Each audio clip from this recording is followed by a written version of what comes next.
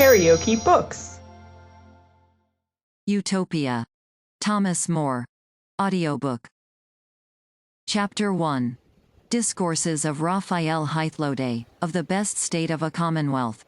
Henry VIII, the unconquered King of England, a prince adorned with all the virtues that become a great monarch, having some differences of no small consequence with Charles the most serene Prince of Castile, sent me into Flanders, as his ambassador, for treating and composing matters between them. I was colleague and companion to that incomparable man Cuthbert Tonstal, whom the king, with such universal applause, lately made master of the rolls, but of whom I will say nothing, not because I fear that the testimony of a friend will be suspected, but rather because his learning and virtues are too great for me to do them justice, and so well known, that they need not my commendations, unless I would, according to the proverb, show the sun with a lantern. Those that were appointed by the prince to treat with us, met us at Bruges, according to agreement. They were all worthy men. The Margrave of Bruges was their head, and the chief man among them. But he that was esteemed the wisest, and that spoke for the rest, was George Thames, the provost of Castle C. Both art and nature had concurred to make him eloquent. He was very learned in the law, and, as he had a great capacity, so, by a long practice in affairs, he was very dexterous at unraveling them. After we had several times met, without coming to an agreement, they went to Brussels for some days, to know the prince's pleasure, and, since our business would admit it, I went to Antwerp. While I was there, among many that visited me, there was one that was more acceptable to me than any other, Peter Giles, born at Antwerp, who is a man of great honor, and of a good rank in his town, though less than he deserves. For I do not know if there be anywhere to be found a more learned and a better bred young man. For as he is both a very worthy and a very knowing person, so he is so civil to all men, so particularly kind to his friends, and so full of candor and affection, that there is not, perhaps, above one or two anywhere to be found, that is in all respects so perfect a friend. He is extraordinarily modest, there is no artifice in him, and yet no man has more of a prudent simplicity. His conversation was so pleasant and so innocently cheerful, that his company in a great measure lessened any longings to go back to my country, and to my wife and children, which an absence of 4 months had quickened very much. One day, as I was returning home from Mass at St. Mary's, which is the chief church, and the most frequented of any in Antwerp, I saw him, by accident, talking with a stranger, who seemed past the flower of his age. His face was tanned, he had a long beard, and his cloak was hanging carelessly about him, so that, by his looks and habit, I concluded he was a seaman. As soon as Peter saw me, he came and saluted me, and as I was returning his civility, he took me aside, and pointing to him with whom he had been discoursing, he said, "Do you see that man? I was just thinking to bring him to you." I answered, "He should have been very welcome on your account." "And on his own too," replied he, "if you knew the man, for there is none alive that can give so copious an account of unknown nations and countries as he can do, which I know you very much desire."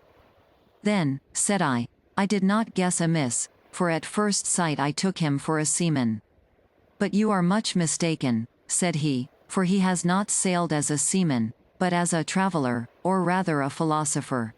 This Raphael, who from his family carries the name of Hythlode, is not ignorant of the Latin tongue, but is eminently learned in the Greek, having applied himself more particularly to that than to the former, because he had given himself much to philosophy, in which he knew that the Romans have left us nothing that is valuable, except what is to be found in Seneca and Cicero. He is a Portuguese by birth, and was so desirous of seeing the world, that he divided his estate among his brothers, ran the same hazard as Americus Vespucius, and bore a share in 3 of his 4 voyages that are now published. Only he did not return with him in his last, but obtained leave of him, almost by force, that he might be one of those 24 who were left at the farthest place at which they touched in their last voyage to New Castile. The leaving him thus did not a little gratify one that was more fond of travelling than of returning home to be buried in his own country. For he used often to say, that the way to heaven was the same from all places, and he that had no grave had the heavens still over him. Yet this disposition of mind had cost him dear, if God had not been very gracious to him, for after he, with 5 Castalians, had travelled over many countries, at last, by strange good fortune, he got to Ceylon, and from thence to Calicut, where he, very happily, found some Portuguese ships, and, beyond all men's expectations, returned to his native country.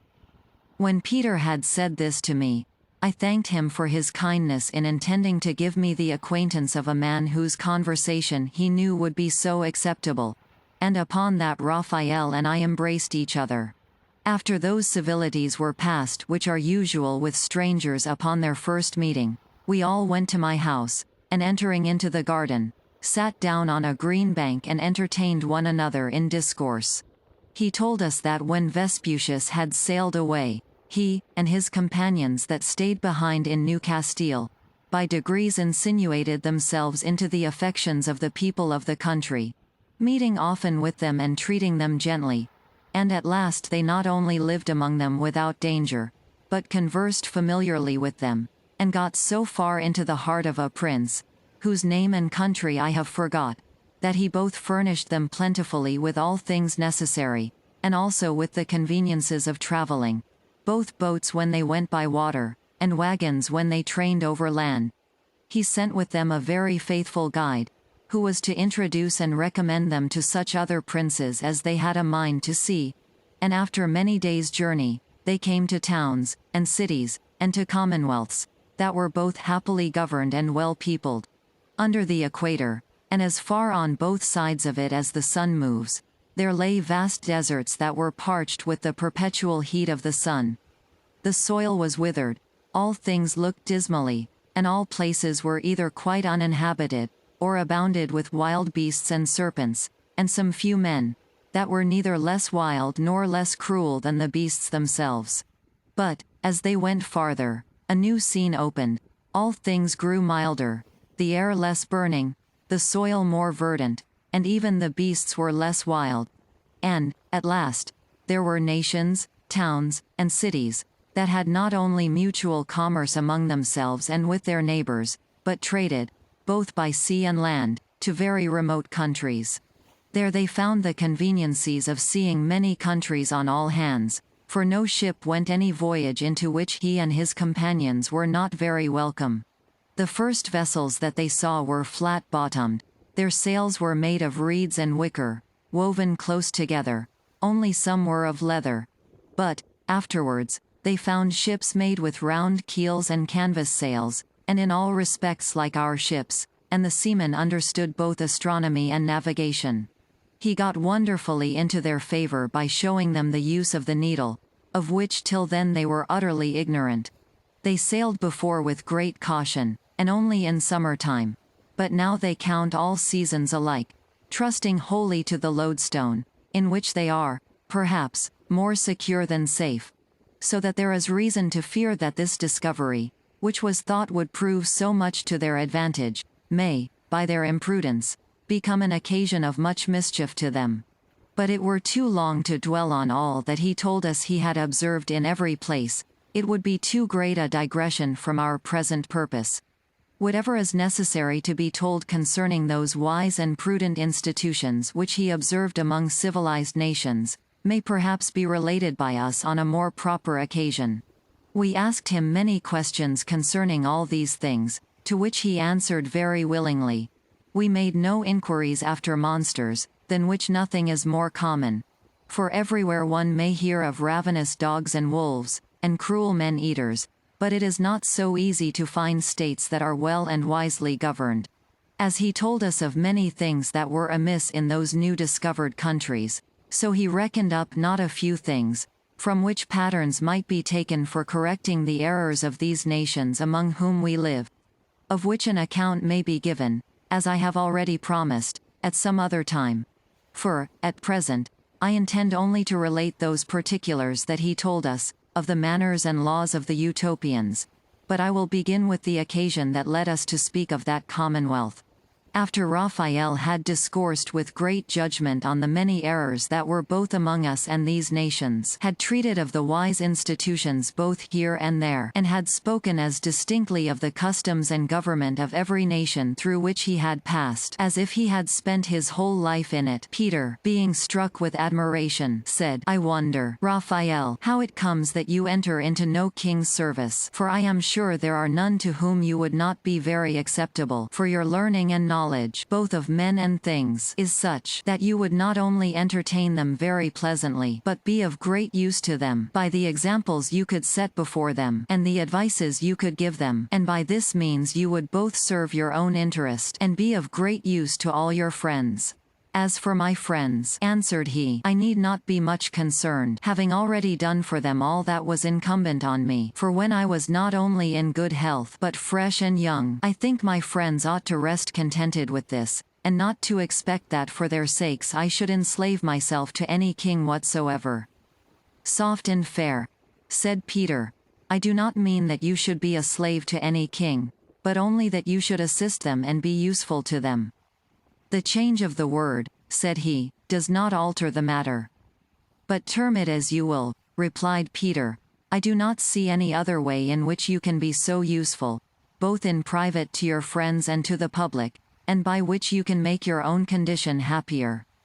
Happier, answered Raphael, is that to be compassed in a way so abhorrent to my genius?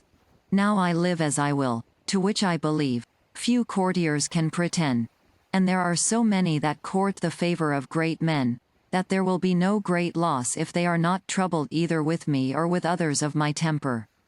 Upon this, said I perceive, Raphael, that you neither desire wealth nor greatness, and, indeed, I value and admire such a man much more than I do any of the great men in the world. Yet I think you would do what would well become so generous and philosophical a soul as yours is, if you would apply your time and thoughts to public affairs, even though you may happen to find it a little uneasy to yourself. And this you can never do with so much advantage as by being taken into the council of some great prince and putting him on noble and worthy actions, which I know you would do if you were in such a post. For the springs both of good and evil flow from the prince over a whole nation, as from a lasting fountain. So much learning as you have, even without practice in affairs, or so great a practice as you have had, without any other learning, would render you a very fit counselor to any king whatsoever. You are doubly mistaken, said he, Mr. Moore, both in your opinion of me and in the judgment you make of things.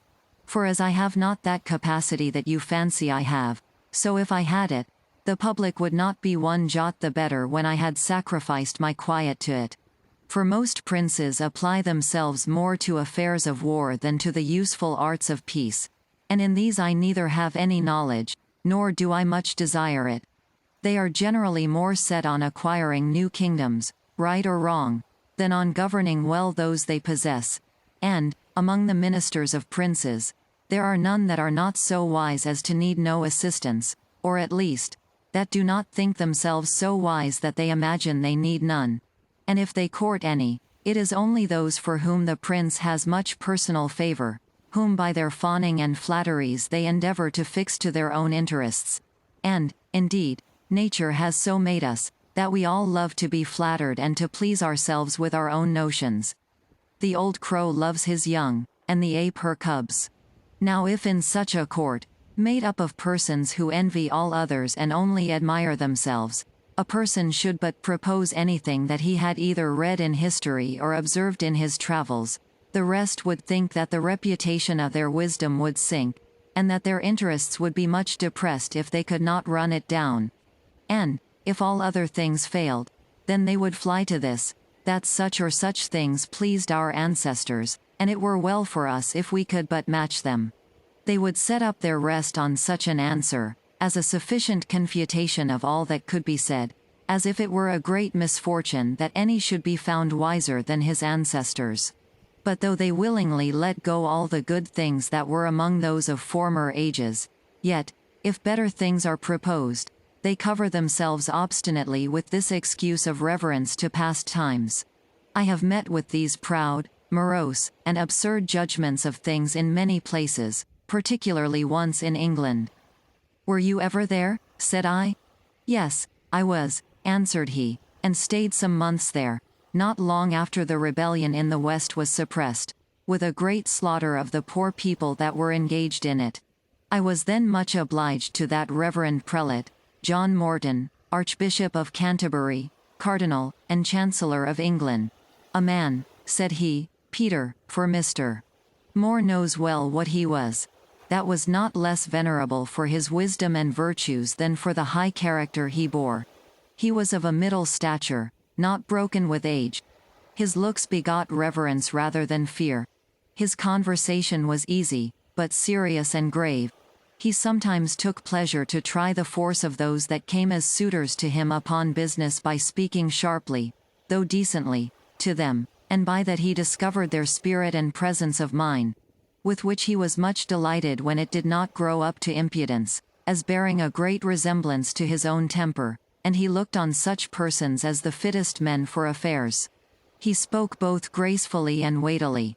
He was eminently skilled in the law, had a vast understanding, and a prodigious memory, and those excellent talents with which nature had furnished him were improved by study and experience. When I was in England, the king depended much on his counsels, and the government seemed to be chiefly supported by him. For from his youth he had been all along practiced in affairs, and, having passed through many traverses of fortune, he had, with great cost, acquired a vast stock of wisdom, which is not soon lost when it is purchased so dear. One day, when I was dining with him, there happened to be at table one of the English lawyers, who took occasion to run out in a high commendation of the severe execution of justice upon thieves, who, as he said, were then hanged so fast that there were sometimes 20 on one gibbet. And, upon that, he said, he could not wonder enough how it came to pass that, since so few escaped, there were yet so many thieves left, who were still robbing in all places. Upon this, I, who took the boldness to speak freely before the cardinal, said, there was no reason to wonder at the matter, since this way of punishing thieves was neither just in itself nor good for the public. For, as the severity was too great, so the remedy was not effectual.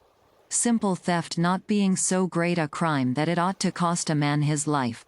No punishment, how severe soever, being able to restrain those from robbing who can find out no other way of livelihood. In this, said I, not only you in England, but a great part of the world, imitate some ill masters, that are readier to chastise their scholars than to teach them. There are dreadful punishments enacted against thieves, but it were much better to make such good provisions by which every man might be put in a method how to live, and so be preserved from the fatal necessity of stealing and of dying for it. There has been care enough taken for that, said he. There are many handicrafts, and there is husbandry, by which they may make a shift to live, unless they have a greater mind to follow ill courses. That will not serve your turn, said I, for many lose their limbs in civil or foreign wars, as lately in the Cornish rebellion, and some time ago in your wars with France, who, being thus mutilated in the service of their king and country, can no more follow their old trades, and are too old to learn new ones. But since wars are only accidental things, and have intervals, let us consider those things that fall out every day. There is a great number of noblemen among you that are themselves as idle as drones, that subsist on other men's labor, on the labor of their tenants, whom, to raise their revenues, they pare to the quick. This, indeed, is the only instance of their frugality, for in all other things they are prodigal, even to the beggaring of themselves. But, besides this, they carry about with them a great number of idle fellows, who never learned any art by which they may gain their living. And these, as soon as either their lord dies, or they themselves fall sick, are turned out of doors. For your lords are readier to feed idle people than to take care of the sick. And often the heir is not able to keep together so great a family as his predecessor did. Now, when the stomachs of those that are thus turned out of doors grow keen, they rob no less keenly, And what else can they do? For when, by wandering about, they have worn out both their health and their clothes, and are tattered, and look ghastly, men of quality will not entertain them, and poor men dare not do it, knowing that one who has been bred up in idleness and pleasure, and who was used to walk about with his sword and buckler, despising all the neighborhood with an insolent scorn as far below him, is not fit for the spade and mattock, nor will he serve a poor man for so small a hire and in so low a diet as he can afford to give him. To this he answered, this sort of men ought to be particularly cherished, for in them consists the force of the armies for which we have occasion, since their birth inspires them with a nobler sense of honor than is to be found among tradesmen or ploughmen. You may as well say, replied I, that you must cherish thieves on the account of wars, for you will never want the one as long as you have the other, and as robbers prove sometimes gallant soldiers, so soldiers often prove brave robbers. But this bad custom, so common among you, of keeping many servants, is not peculiar to this nation. In France there is yet a more pestiferous sort of people, for the whole country is full of soldiers, still kept up in time of peace, if such a state of a nation can be called a peace, and these are kept in pay upon the same account that you plead for those idle retainers about noblemen. This being a maxim of those pretended statesmen, that it is necessary for the public safety to have a good body of veteran soldiers ever in readiness. They think raw men are not to be depended on, and they sometimes seek occasions for making war, that they may train up their soldiers in the art of cutting throats, or, as Sallust observed, for keeping their hands in use, that they may not grow dull by too long an intermission. But France has learned to its cost how dangerous it is to feed such beasts. The fate of the Romans, Carthaginians, and Syrians, and many other nations and cities, which were both overturned and quite ruined by those standing armies, should make others wiser. And the folly of this maxim of the French appears plainly even from this, that their trained soldiers often find your raw men prove too hard for them, of which I will not say much, lest you may think I flatter the English. Every day's experience shows that the mechanics in the towns or the clowns in the country are not afraid of fighting with those idle gentlemen, if they are not disabled by some misfortune in their body or dispirited by extreme want, so that you need not fear that those well-shaped and strong men, for it is only such that noblemen love to keep about them till they spoil them, who now grow feeble with ease and are softened with their effeminate manner of life, would be less fit for action if they were well bred and well employed. And it seems very unreasonable that, for the prospect of a war, which you need never have but when you please, you should maintain so many idle men, as will always disturb you in time of peace, which is ever to be more considered than war. But I do not think that this necessity of stealing arises only from hence. There is another cause of it, more peculiar to England. What is that? Said the cardinal. The increase of pasture, said I, by which your sheep, which are naturally mild, and easily kept in order, may be said now to devour men and unpeople, not only villages, but towns. For wherever it is found that the sheep of any soil yield a softer and richer wool than ordinary, there the nobility and gentry, and even those holy men, the Dubots, not contented with the old rents which their farms yielded, nor thinking it enough that they, living at their ease, do no good to the public, resolve to do it hurt instead of good. They stop the course of agriculture, destroying houses and towns, reserving only the churches, and enclose grounds that they may lodge their sheep in them. As if forests and parks had swallowed up too little of the land, those worthy countrymen turn the best inhabited places into solitudes.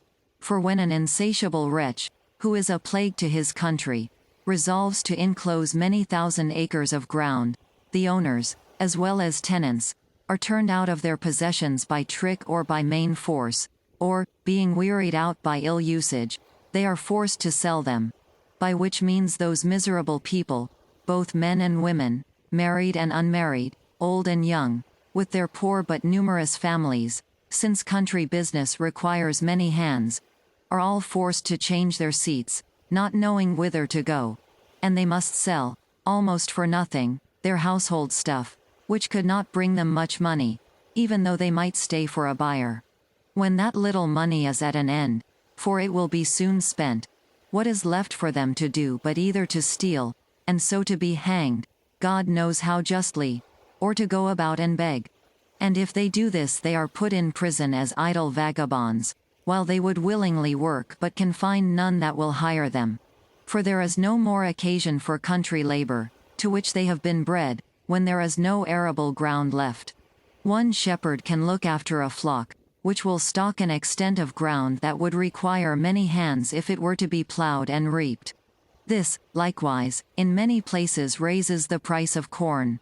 The price of wool is also so risen that the poor people, who were wont to make cloth, are no more able to buy it, and this, likewise, makes many of them idle. For since the increase of pasture God has punished the avarice of the owners by a rot among the sheep, which has destroyed vast numbers of them, to us it might have seemed more just had it fell on the owners themselves. But, suppose the sheep should increase ever so much, their price is not likely to fall, since, though they cannot be called a monopoly, because they are not engrossed by one person, yet they are in so few hands, and these are so rich, that, as they are not pressed to sell them sooner than they have a mind to it, so they never do it till they have raised the price as high as possible. And on the same account it is that the other kinds of cattle are so dear, because many villages being pulled down, and all country labor being much neglected, there are none who make it their business to breed them. The rich do not breed cattle as they do sheep, but buy them lean and at low prices, and, after they have fattened them on their grounds, sell them again at high rates. And I do not think that all the inconveniences this will produce are yet observed. For, as they sell the cattle dear, so, if they are consumed faster than the breeding countries from which they are brought can afford them, then the stock must decrease, and this must needs end in great scarcity. And by these means, this your island, which seemed as to this particular the happiest in the world, will suffer much by the cursed avarice of a few persons. Besides this, the rising of corn makes all people lessen their families as much as they can, and what can those who are dismissed by them do but either beg or rob? And to this last a man of a great mind is much sooner drawn than to the former. Luxury likewise breaks in apace upon you to set forward your poverty and misery. There is an excessive vanity in apparel, and great cost in diet, and that not only in noblemen's families, but even among tradesmen, among the farmers themselves, and among all ranks of persons. You have also many infamous houses, and, besides those that are known, the taverns and alehouses are no better.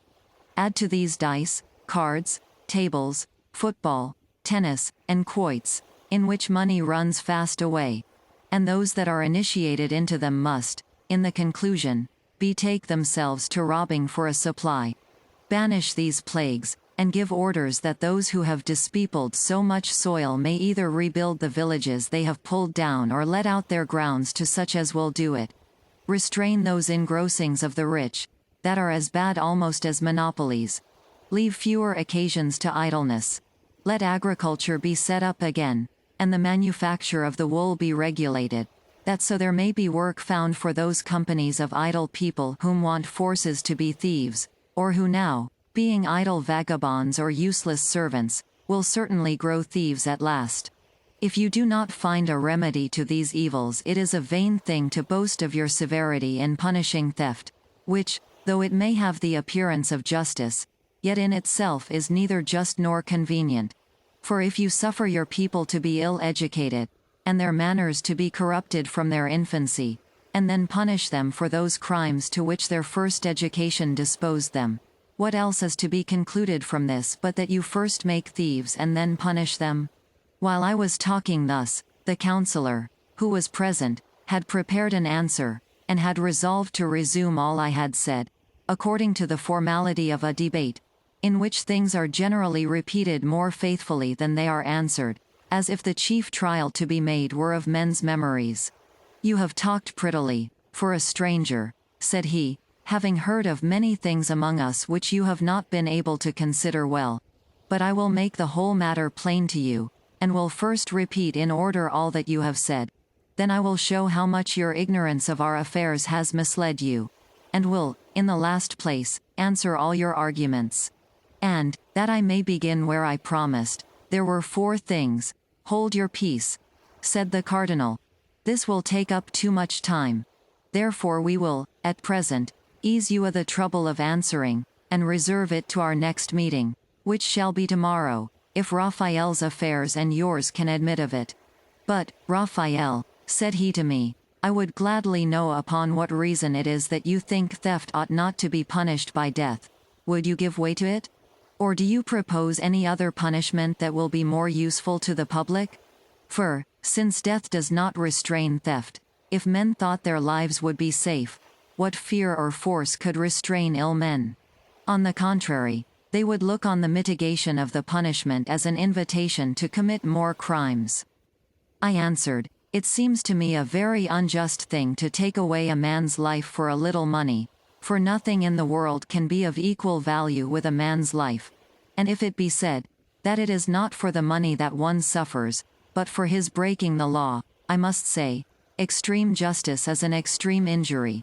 For we ought not to approve of those terrible laws that make the smallest offences capital, nor of that opinion of the Stoics that makes all crimes equal. As if there were no difference to be made between the killing a man and the taking his purse, between which, if we examine things impartially, there is no likeness nor proportion. God has commanded us not to kill, and shall we kill so easily for a little money? But if one shall say, that by that law we are only forbid to kill any except when the laws of the land allow of it, upon the same grounds, laws may be made, in some cases, to allow of adultery and perjury. For God having taken from us the right of disposing either of our own or of other people's lives, if it is pretended that the mutual consent of men in making laws can authorize manslaughter in cases in which God has given us no example, that it frees people from the obligation of the divine law, and so makes murder a lawful action, what is this, but to give a preference to human laws before the divine? And, if this is once admitted, by the same rule men may, in all other things, put what restrictions they please upon the laws of God. If, by the Mosaical law, though it was rough and severe, as being a yoke laid on an obstinate and servile nation, men were only fined, and not put to death for theft, we cannot imagine, that in this new law of mercy, in which God treats us with the tenderness of a father, he has given us a greater license to cruelty than he did to the Jews. Upon these reasons it is, that I think putting thieves to death is not lawful, and it is plain and obvious that it is absurd and of ill consequence to the commonwealth that a thief and a murderer should be equally punished. For if a robber sees that his danger is the same if he is convicted of theft as if he were guilty of murder, this will naturally incite him to kill the person whom otherwise he would only have robbed. Since, if the punishment is the same, there is more security, and less danger of discovery, when he that can best make it is put out of the way, so that terrifying thieves too much provokes them to cruelty. But as to the question, what more convenient way of punishment can be found? I think it much easier to find out that than to invent anything that is worse. Why should we doubt but the way that was so long in use among the old Romans, who understood so well the arts of government, was very proper for their punishment? They condemned such as they found guilty of great crimes to work their whole lives in quarries, or to dig in mines with chains about them. But the method that I liked best was that which I observed in my travels in Persia, among the Polylarites, who are a considerable and well-governed people. They pay a yearly tribute to the king of Persia, but in all other respects they are a free nation, and governed by their own laws. They lie far from the sea, and are environed with hills, and, being contented with the productions of their own country, which is very fruitful, they have little commerce with any other nation, and as they, according to the genius of their country, have no inclination to enlarge their borders, so their mountains and the pension they pay to the Persian, secure them from all invasions. Thus they have no wars among them. They live rather conveniently than with splendor, and may be rather called a happy nation than either eminent or famous. For I do not think that they are known, so much as by name, to any but their next neighbors. Those that are found guilty of theft among them are bound to make restitution to the owner, and not, as it is in other places, to the prince, for they reckon that the prince has no more right to the stolen goods than the thief. But if that which was stolen is no more in being, then the goods of the thieves are estimated, and restitution being made out of them, the remainder is given to their wives and children, and they themselves are condemned to serve in the public works, but are neither imprisoned nor chained, unless there happens to be some extraordinary circumstance in their crimes. They go about loose and free, working for the public. If they are idle or backward to work they are whipped, but if they work hard they are well used and treated without any mark of reproach. Only the lists of them are called always at night, and then they are shut up. They suffer no other uneasiness but this of constant labor. For, as they work for the public, so they are well entertained out of the public stock, which is done differently in different places. In some places whatever is bestowed on them is raised by a charitable contribution. And, though this way may seem uncertain, yet so merciful are the inclinations of that people, that they are plentifully supplied by it. But in other places public revenues are set aside for them, or there is a constant tax or poll money raised for their maintenance. In some places they are set to no public work, but every private man that has occasion to hire workmen goes to the marketplaces and hires them of the public, a little lower than he would do a freeman. If they go lazily about their task he may quicken them with the whip. By this means there is always some piece of work or other to be done by them, and, besides their livelihood, they earn somewhat still to the public. They all wear a peculiar habit, of one certain color, and their hair is cropped a little above their ears, and a piece of one of their ears is cut off. Their friends are allowed to give them either meat, drink, or clothes, so they are of their proper color. But it is death, both to the giver and taker, if they give them money.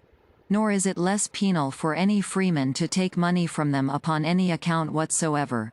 And it is also death for any of these slaves, so they are called, to handle arms. Those of every division of the country are distinguished by a peculiar mark, which it is capital for them to lay aside, to go out of their bounds, or to talk with a slave of another jurisdiction, and the very attempt of an escape is no less penal than an escape itself.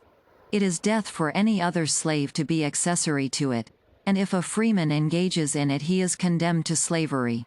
Those that discover it are rewarded, if freemen, in money, and if slaves, with liberty, together with a pardon for being accessory to it. That so they might find their account rather in repenting of their engaging in such a design than in persisting in it.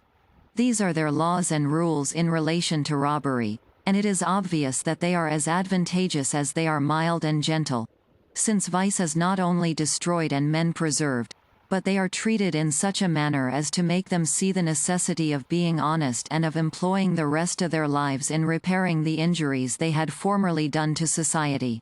Nor is there any hazard of their falling back to their old customs, and so little do travelers apprehend mischief from them that they generally make use of them for guides from one jurisdiction to another. For there is nothing left them by which they can rob or be the better for it, since, as they are disarmed, so the very having of money is a sufficient conviction, and as they are certainly punished if discovered, so they cannot hope to escape. For their habit being in all the parts of it different from what is commonly worn, they cannot fly away, unless they would go naked, and even then their cropped ear would betray them. The only danger to be feared from them is their conspiring against the government, but those of one division and neighborhood can do nothing to any purpose unless a general conspiracy were laid amongst all the slaves of the several jurisdictions, which cannot be done, since they cannot meet or talk together. Nor will any venture on a design where the concealment would be so dangerous and the discovery so profitable. None are quite hopeless of recovering their freedom, since by their obedience and patience, and by giving good grounds to believe that they will change their manner of life for the future, they may expect at last to obtain their liberty, and some are every year restored to it upon the good character that is given of them.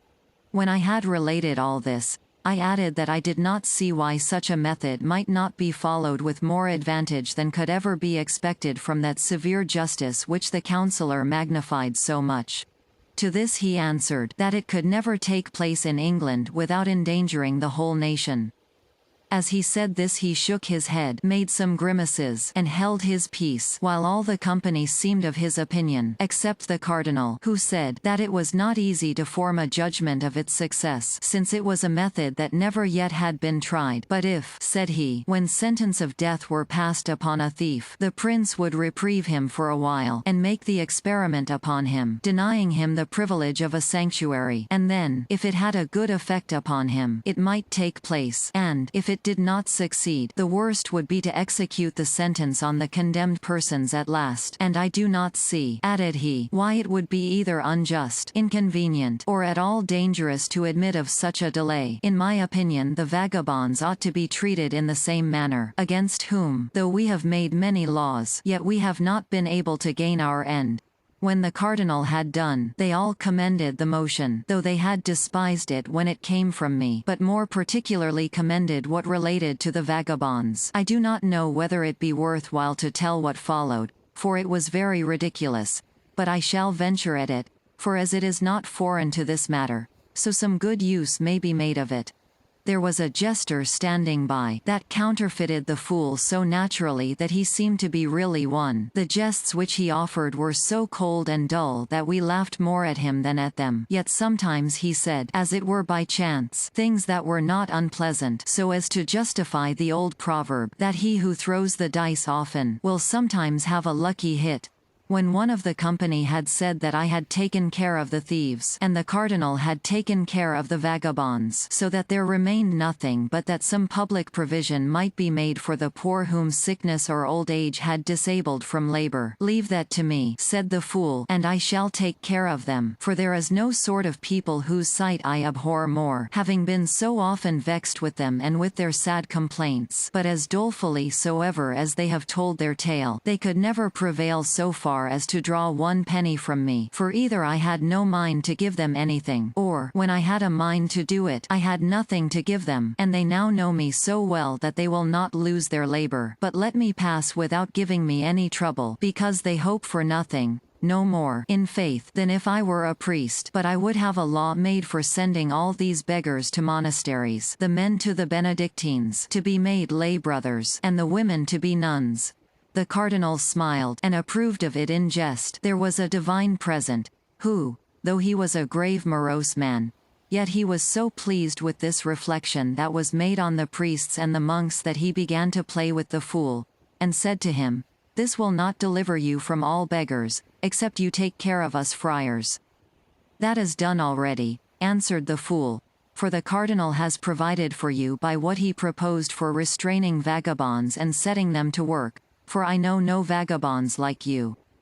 This was well entertained by the whole company, who, looking at the cardinal, perceived that he was not ill pleased at it.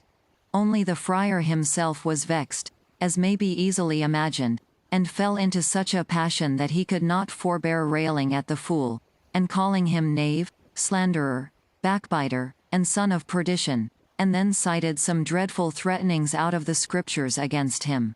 Now the jester thought he was in his element, and laid about him freely.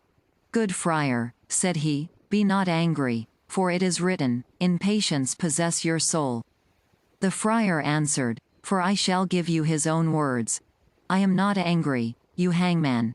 At least, I do not sin in it, for the psalmist says, Be ye angry and sin not. Upon this the cardinal admonished him gently, and wished him to govern his passions.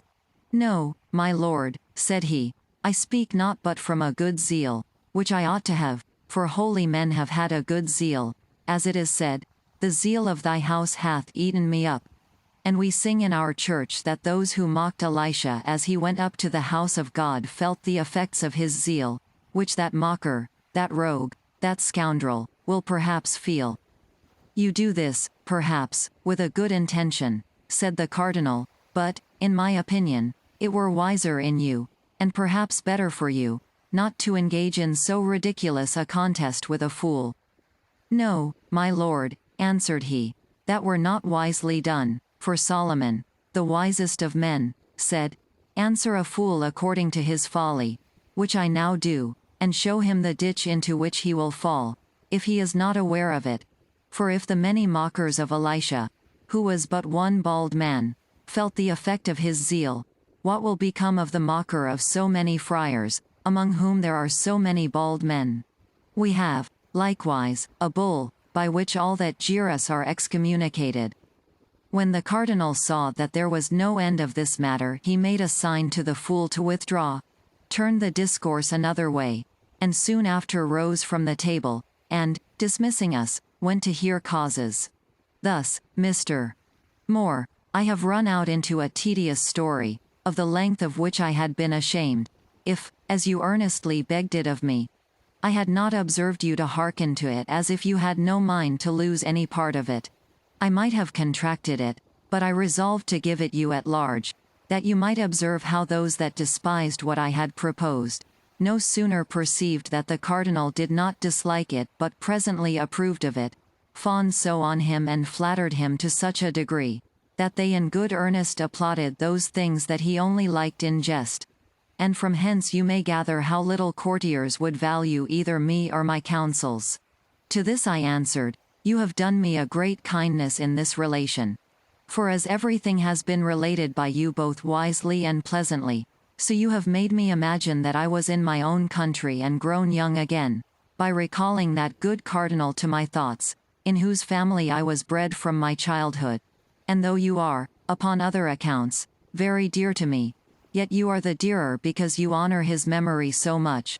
But, after all this, I cannot change my opinion, for I still think that if you could overcome that aversion which you have to the courts of princes, you might, by the advice which it is in your power to give, do a great deal of good to mankind, and this is the chief design that every good man ought to propose to himself in living.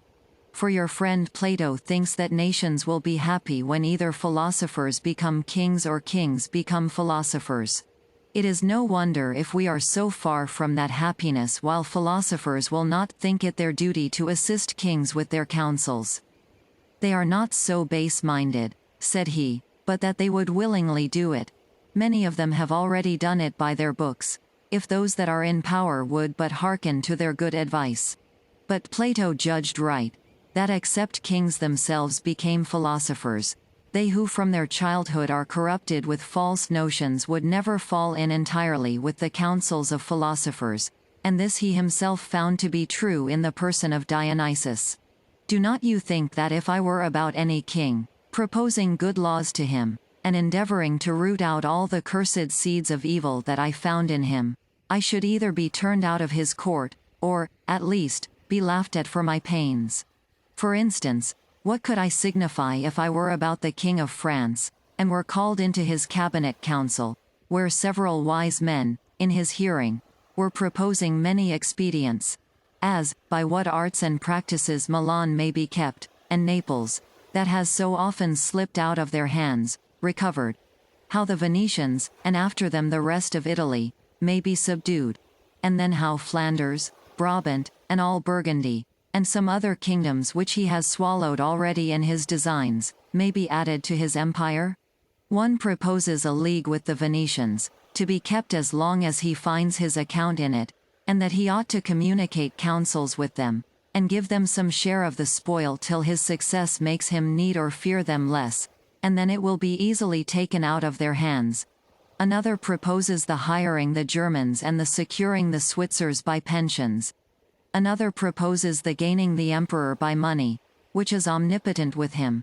Another proposes a peace with the king of Aragon, and, in order to cement it, the yielding up the king of Navarre's pretensions. Another thinks that the Prince of Castile is to be wrought on by the hope of an alliance, and that some of his courtiers are to be gained to the French faction by pensions. The hardest point of all is, what to do with England. A treaty of peace is to be set on foot, and, if their alliance is not to be depended on, yet it is to be made as firm as possible, and they are to be called friends, but suspected as enemies. Therefore the Scots are to be kept in readiness to be let loose upon England on every occasion. And some banished nobleman is to be supported underhand, for by the league it cannot be done avowedly, who has a pretension to the crown, by which means that suspected prince may be kept in awe. Now when things are in so great a fermentation, and so many gallant men are joining counsels how to carry on the war, if so mean a man as I should stand up and wish them to change all their counsels, to let Italy alone and stay at home, since the kingdom of France was indeed greater than could be well governed by one man, that therefore he ought not to think of adding others to it. And if, after this, I should propose to them the resolutions of the Acorians, a people that lie on the southeast of Utopia, who long ago engaged in war in order to add to the dominions of their prince another kingdom, to which he had some pretensions by an ancient alliance, this they conquered, but found that the trouble of keeping it was equal to that by which it was gained, that the conquered people were always either in rebellion or exposed to foreign invasions, while they were obliged to be incessantly at war, either for or against them, and consequently could never disband their army, that in the meantime they were oppressed with taxes, their money went out of the kingdom, their blood was spilt for the glory of their king without procuring the least advantage to the people, who received not the smallest benefit from it even in time of peace, and that, their manners being corrupted by a long war, robbery and murders everywhere abounded, and their laws fell into contempt, while their king, distracted with the care of two kingdoms, when they saw this, and that there would be no end to these evils, they by joint councils made an humble address to their king, desiring him to choose which of the two kingdoms he had the greatest mind to keep, since he could not hold both. For they were too great a people to be governed by a divided king, since no man would willingly have a groom that should be in common between him and another. Upon which the good prince was forced to quit his new kingdom to one of his friends, who was not long after dethroned, and to be contented with his old one. To this I would add that after all those warlike attempts, the vast confusions, and the consumption both of treasure and of people that must follow them, perhaps upon some misfortune they might be forced to throw up all at last. Therefore it seemed much more eligible that the king should improve his ancient kingdom all he could, and make it flourish as much as possible, that he should love his people, and be beloved of them, that he should live among them, govern them gently and let other kingdoms alone, since that which had fallen to his share was big enough, if not too big, for him. Pray, how do you think would such a speech as this be heard? I confess, said I think not very well. But what, said he, if I should sort with another kind of ministers, whose chief contrivances and consultations were by what art the prince's treasures might be increased? Where one proposes raising the value of specie when the king's debts are large, and lowering it when his revenues were to come in, that so he might both pay much with a little, and in a little receive a great deal. Another proposes a pretense of a war, that money might be raised in order to carry it on, and that a peace be concluded as soon as that was done, and this with such appearances of religion as might work on the people, and make them impute it to the piety of their prince, and to his tenderness for the lives of his subjects. A third offers some old musty laws that have been antiquated by a long disuse, and which, as they had been forgotten by all the subjects, so they had also been broken by them, and proposes the levying the penalties of these laws, that, as it would bring in a vast treasure, so there might be a very good pretense for it, since it would look like the executing a law and the doing of justice. A fourth proposes the prohibiting of many things under severe penalties, especially such as were against the interest of the people, and then the dispensing with these prohibitions, upon great compositions, to those who might find their advantage in breaking them. This would serve two ends, both of them acceptable to many. For as those whose avarice led them to transgress would be severely fined, so the selling licenses dear would look as if a prince were tender of his people, and would not easily, or at low rates, dispense with anything that might be against the public good.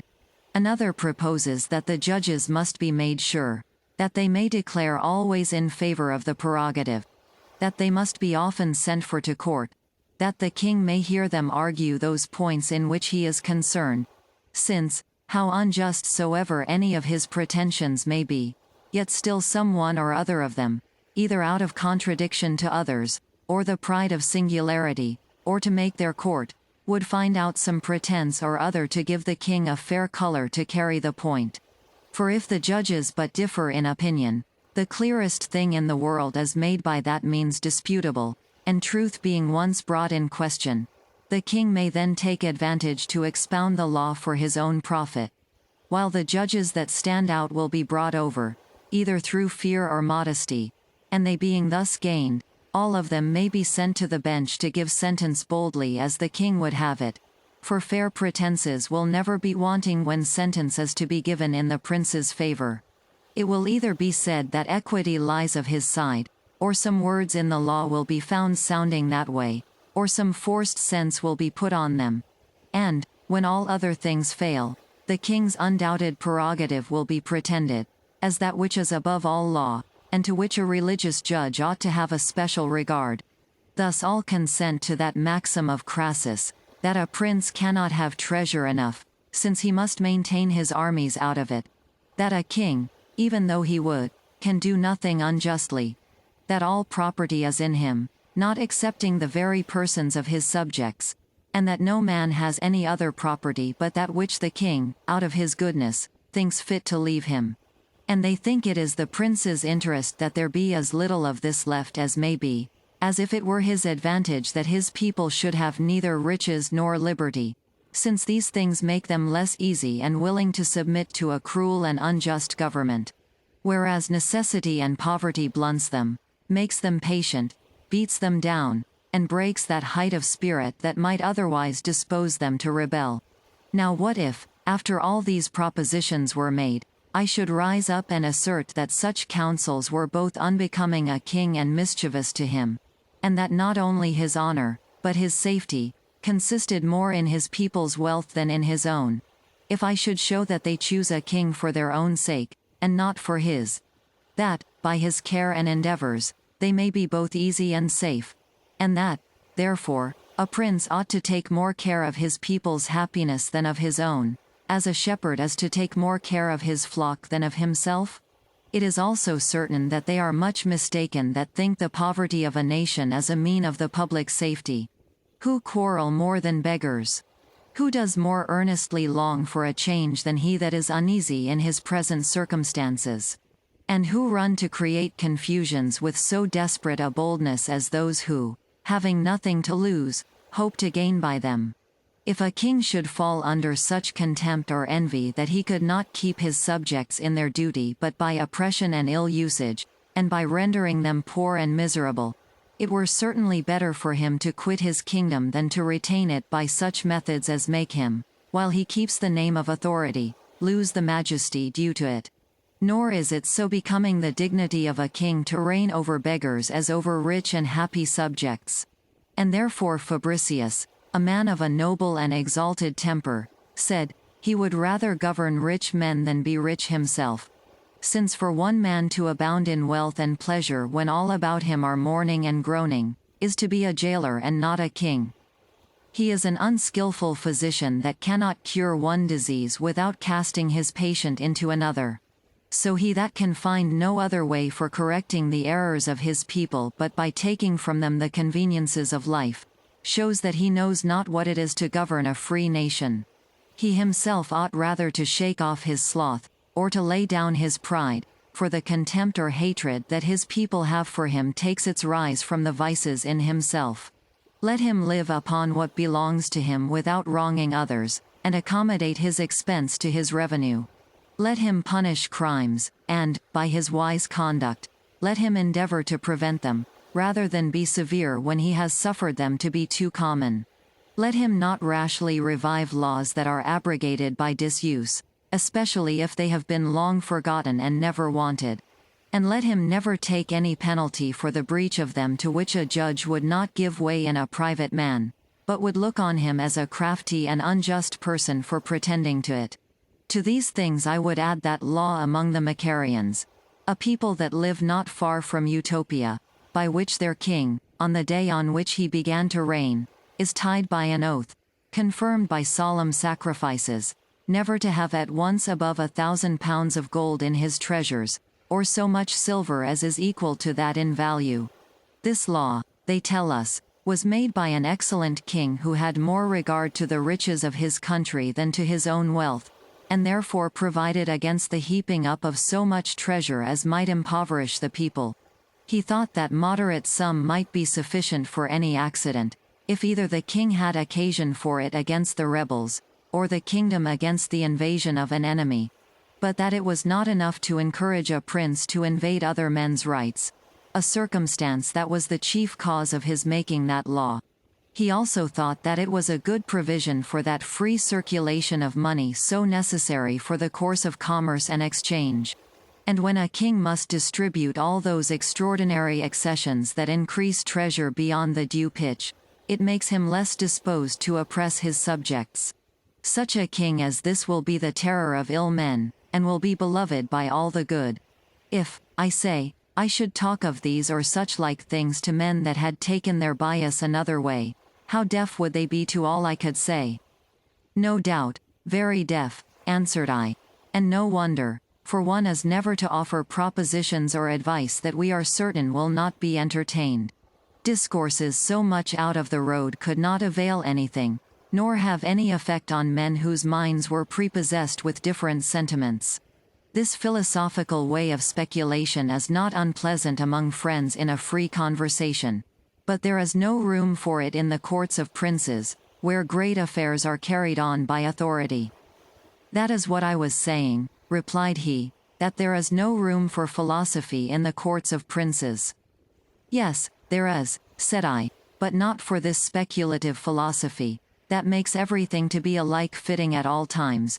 But there is another philosophy that is more pliable, that knows its proper scene, accommodates itself to it, and teaches a man with propriety and decency to act that part which has fallen to his share. If when one of Plautus' comedies is upon the stage, and a company of servants are acting their parts, you should come out in the garb of a philosopher, and repeat, out of Octavia, a discourse of Seneca's to Nero, would it not be better for you to say nothing than by mixing things of such different natures to make an impertinent tragi-comedy? For you spoil and corrupt the play that is in hand when you mix with it things of an opposite nature, even though they are much better. Therefore go through with the play that is acting the best you can, and do not confound it because another that is pleasanter comes into your thoughts. It is even so in a commonwealth and in the councils of princes. If ill opinions cannot be quite rooted out, and you cannot cure some received vice according to your wishes, you must not, therefore, abandon the commonwealth, for the same reasons as you should not forsake the ship in a storm because you cannot command the winds.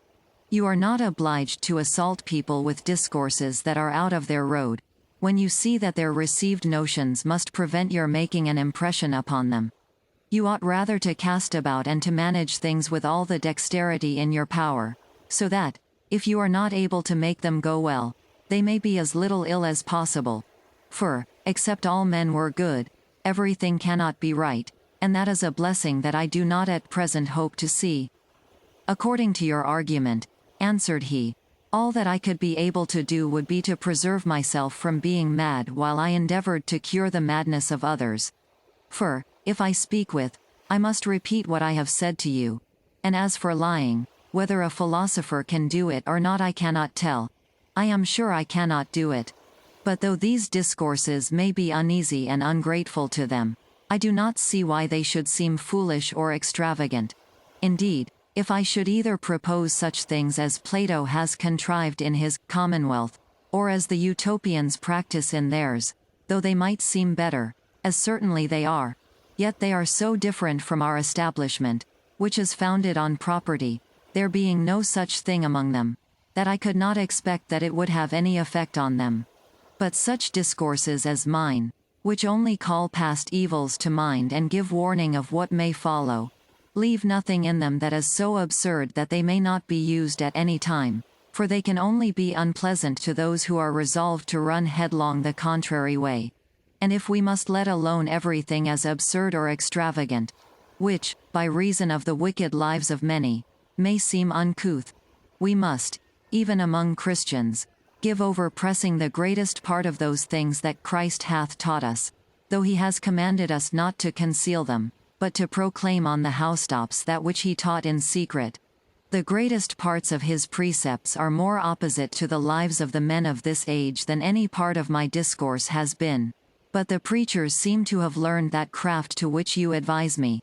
For they, observing that the world would not willingly suit their lives to the rules that Christ has given, have fitted his doctrine, as if it had been a leaden rule, to their lives, that so, some way or other, they might agree with one another. But I see no other effect of this compliance except it be that men become more secure in their wickedness by it. And this is all the success that I can have in a court, for I must always differ from the rest, and then I shall signify nothing. Or, if I agree with them, I shall then only help forward their madness. I do not comprehend what you mean by your casting about, or by the bending and handling things so dexterously that, if they go not well, they may go as little ill as may be. For in courts they will not bear with a man's holding his peace or conniving at what others do. A man must barefacedly approve of the worst counsels and consent to the blackest designs, so that he would pass for a spy, or, possibly, for a traitor, that did but coldly approve of such wicked practices.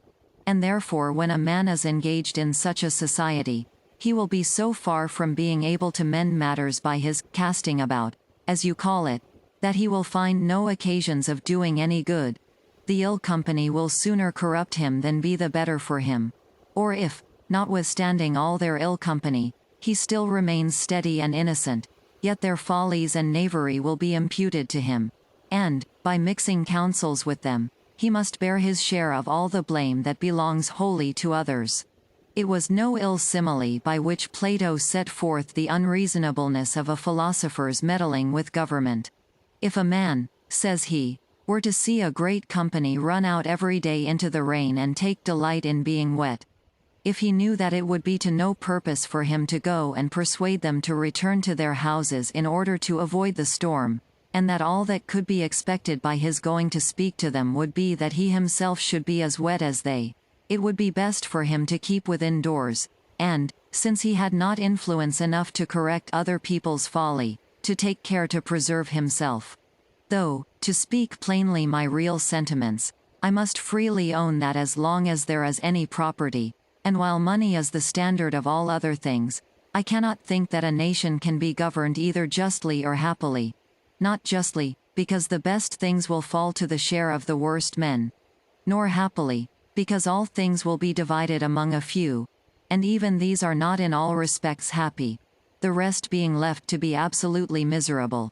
Therefore, when I reflect on the wise and good constitution of the Utopians, among whom all things are so well governed and with so few laws, where virtue hath its due reward, and yet there is such an equality that every man lives in plenty, when I compare with them so many other nations that are still making new laws and yet can never bring their constitution to a right regulation, where, notwithstanding every one has his property, yet all the laws that they can invent have not the power either to obtain or preserve it, or even to enable men certainly to distinguish what is their own from what is another's, of which the many lawsuits that every day break out, and are eternally depending, give too plain a demonstration. When, I say, I balance all these things in my thoughts, I grow more favorable to Plato, and do not wonder that he resolved not to make any laws for such as would not submit to a community of all things, for so wise a man could not but foresee that the setting all upon a level was the only way to make a nation happy, which cannot be obtained so long as there is property, for when every man draws to himself all that he can compass, by one title or another, it must needs follow that, how plentiful soever a nation may be, yet a few dividing the wealth of it among themselves, so that there will be two sorts of people among them, who deserve that their fortunes should be interchanged, the former useless, but wicked and ravenous, and the latter, who by their constant industry serve the public more than themselves, sincere and modest men. From whence I am persuaded that till property is taken away, there can be no equitable or just distribution of things, nor can the world be happily governed. For as long as that is maintained, the greatest and the far best part of mankind will be still oppressed with a load of cares and anxieties. I confess, without taking it quite away, those pressures that lie on a great part of mankind may be made lighter, but they can never be quite removed. For if laws were made to determine at how great an extent in soil, and at how much money, every man must stop, to limit the prince, that he might not grow too great, and to restrain the people, that they might not become too insolent, and that none might factiously aspire to public employments, which ought neither to be sold nor made burdensome by a great expense, since otherwise those that serve in them would be tempted to reimburse themselves by cheats and violence, and it would become necessary to find out rich men for undergoing those employments, which ought rather to be trusted to the wise. These laws, I say, might have such effect as good diet and care might have on a sick man whose recovery is desperate. They might allay and mitigate the disease, but it could never be quite healed, nor the body politic be brought again to a good habit as long as property remains, and it will fall out, as in a complication of diseases, that by applying a remedy to one sore you will provoke another, and that which removes the one ill symptom produces others, while the strengthening one part of the body weakens the rest. On the contrary, answered I, it seems to me that men cannot live conveniently where all things are common. How can there be any plenty where every man will excuse himself from labor? For as the hope of gain doth not excite him, so the confidence that he has in other men's industry may make him slothful. If people come to be pinched with want, and yet cannot dispose of anything as their own, what can follow upon this but perpetual sedition and bloodshed, especially when the reverence and authority due to magistrates falls to the ground? For I cannot imagine how that can be kept up among those that are in all things equal to one another. I do not wonder, said he, that it appears so to you, since you have no notion, or at least no right one, of such a constitution. But if you had been in Utopia with me, and had seen their laws and rules, as I did, for the space of 5 years, in which I lived among them, and during which time I was so delighted with them that indeed I should never have left them if it had not been to make the discovery of that new world to the Europeans, you would then confess that you had never seen a people so well constituted as they. You will not easily persuade me, said Peter, that any nation in that new world is better governed than those among us, for as our understandings are not worse than theirs, so our government, if I mistake not, being more ancient, a long practice has helped us to find out many conveniences of life, and some happy chances have discovered other things to us which no man's understanding could ever have invented. As for the antiquity either of their government or of ours, said he, you cannot pass a true judgment of it unless you had read their histories, for, if they are to be believed, they had towns among them before these parts were so much as inhabited. And as for those discoveries that have been either hit on by chance or made by ingenious men, I do not deny but we are more ingenious than they are, but they exceed us much in industry and application.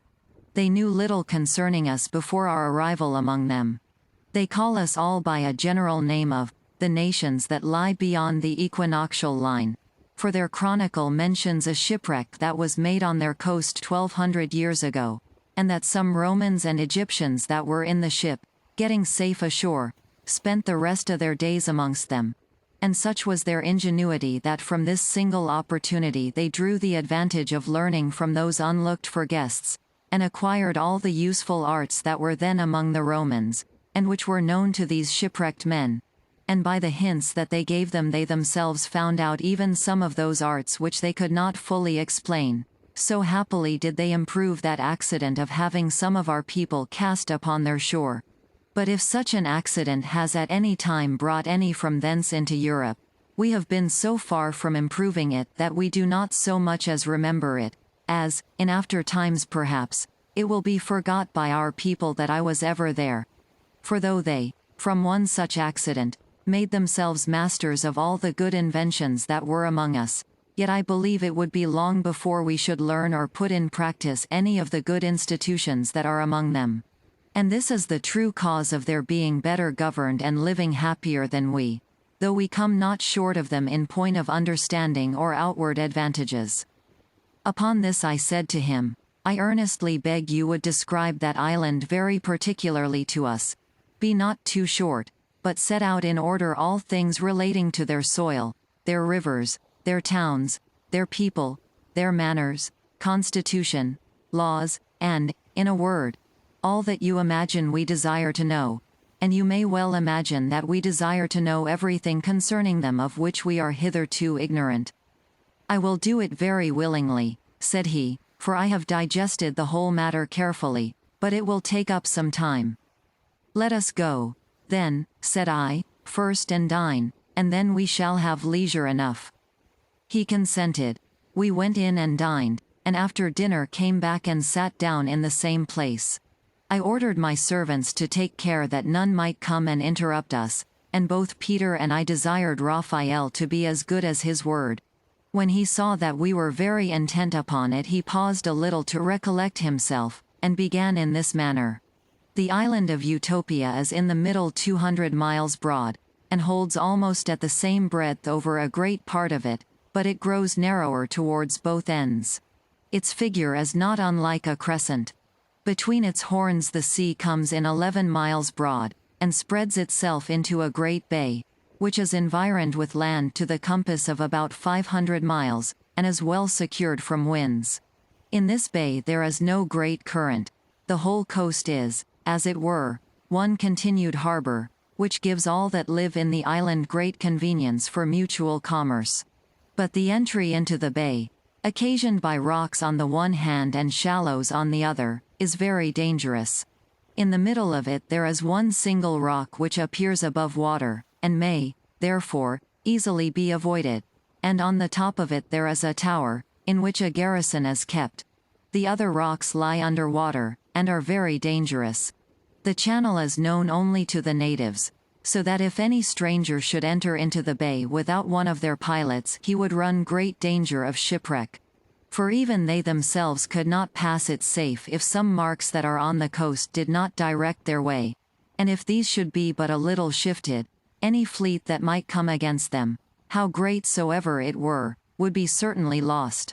On the other side of the island there are likewise many harbors, and the coast is so fortified, both by nature and art, that a small number of men can hinder the descent of a great army. But they report, and there remains good marks of it to make it credible, that this was no island at first, but a part of the continent. Utopus, that conquered it, whose name it still carries, for Abraxa was its first name, brought the rude and uncivilized inhabitants into such a good government, and to that measure of politeness, that they now far excel all the rest of mankind. Having soon subdued them, he designed to separate them from the continent, and to bring the sea quite round them. To accomplish this he ordered a deep channel to be dug, 15 miles long, and that the natives might not think he treated them like slaves, he not only forced the inhabitants, but also his own soldiers, to labor in carrying it on. As he set a vast number of men to work, he, beyond all men's expectations, brought it to a speedy conclusion. And his neighbors, who at first laughed at the folly of the undertaking, no sooner saw it brought to perfection than they were struck with admiration and terror. There are 54 cities in the island, all large and well built, the manners, customs, and laws of which are the same, and they are all contrived as near in the same manner as the ground on which they stand will allow. The nearest lie at least 24 miles distance from one another, and the most remote are not so far distant but that a man can go on foot in one day from it to that which lies next it. Every city sends 3 of their wisest senators once a year to Amoro, to consult about their common concerns. For that is the chief town of the island, being situated near the center of it, so that it is the most convenient place for their assemblies. The jurisdiction of every city extends at least 20 miles, and, where the towns lie wider, they have much more ground. No town desires to enlarge its bounds, for the people consider themselves rather as tenants than landlords. They have built, over all the country, farmhouses for husbandmen, which are well contrived, and furnished with all things necessary for country labor. Inhabitants are sent, by turns, from the cities to dwell in them. No country family has fewer than 40 men and women in it, besides 2 slaves. There is a master and a mistress set over every family, and over 30 families there is a magistrate. Every year 20 of this family come back to the town after they have stayed 2 years in the country, and in their room there are other 20 sent from the town. that they may learn country work from those that have been already 1 year in the country, as they must teach those that come to them the next from the town. By this means such as dwell in those country farms are never ignorant of agriculture, and so commit no errors which might otherwise be fatal and bring them under a scarcity of corn. But though there is every year such a shifting of the husbandman to prevent any man being forced against his will to follow that hard course of life too long, yet many among them take such pleasure in it that they desire leave to continue in it many years. These husbandmen till the ground, breed cattle, hew wood, and convey it to the towns either by land or water, as is most convenient. They breed an infinite multitude of chickens in a very curious manner.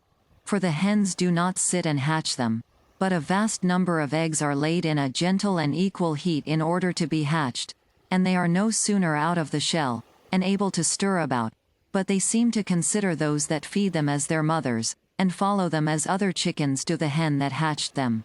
They breed very few horses, but those they have are full of mettle, and are kept only for exercising their youth in the art of sitting and riding them.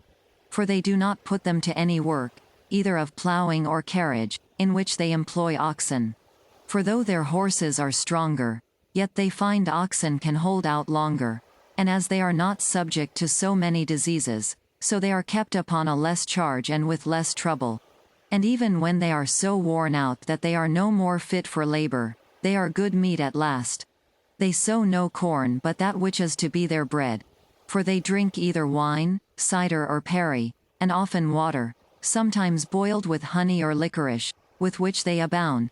And though they know exactly how much corn will serve every town and all that tract of country which belongs to it, yet they sow much more and breed more cattle than are necessary for their consumption, and they give that overplus of which they make no use to their neighbors. When they want anything in the country which it does not produce, they fetch that from the town, without carrying anything in exchange for it. And the magistrates of the town take care to see it given them.